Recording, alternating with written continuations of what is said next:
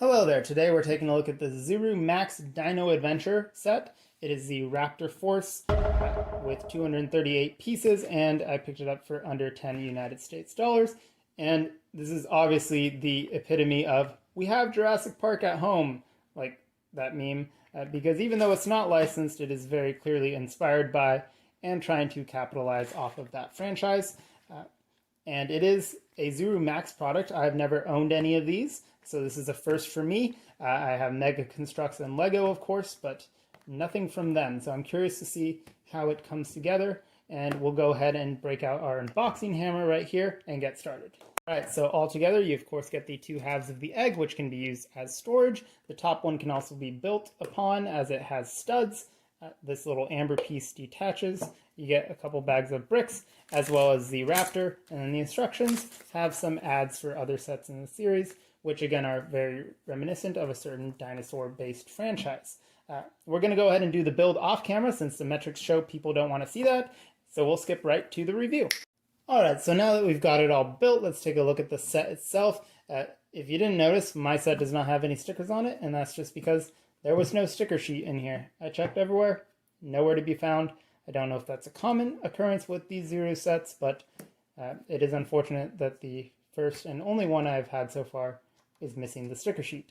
I think the set looks okay without it. It is just unfortunate that that is missing. You do get some spares, of course, of the small pieces, and that's pretty much it. So the build was straightforward. Mostly studs up construction aside from the light bars and bumper and whatnot.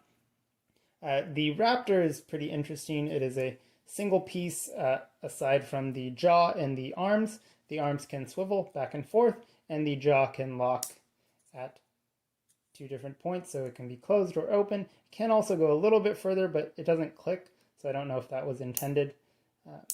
And these hands look like they might be able to hold the bar clip, but I tested and they were not able to do that, so that is unfortunate.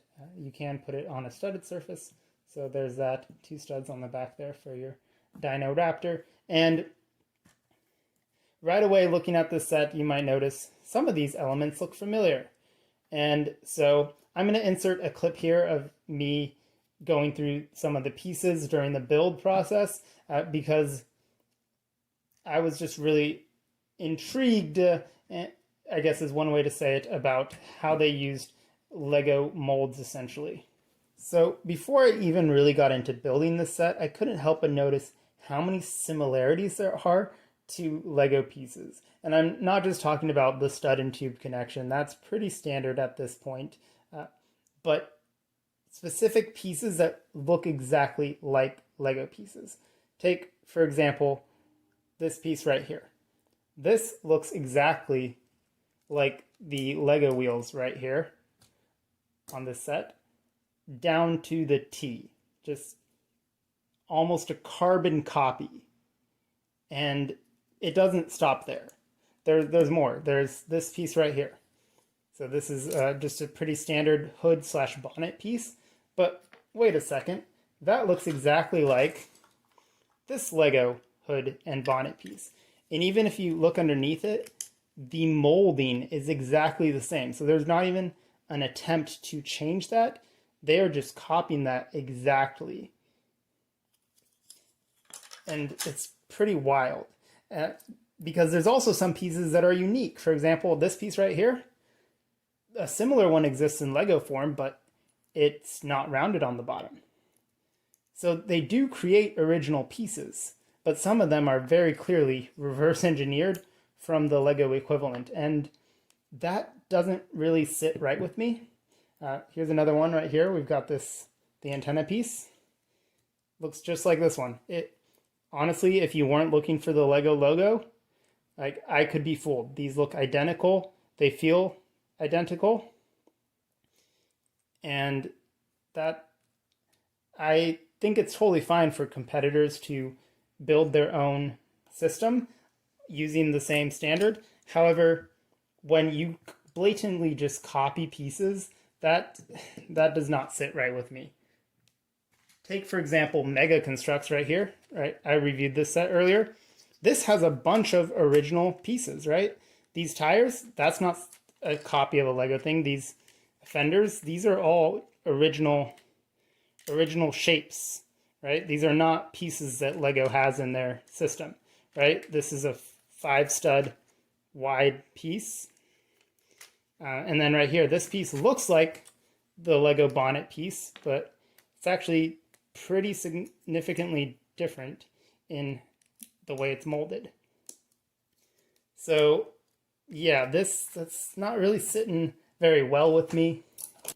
So as you can see, the pieces are an interesting situation where some of them are clearly direct copies of Lego pieces, while others are wholly unique, like this weird slope with greebling on it, the rear view mirrors, and also this piece at the front, which is notched and just kind of interestingly triangle shaped.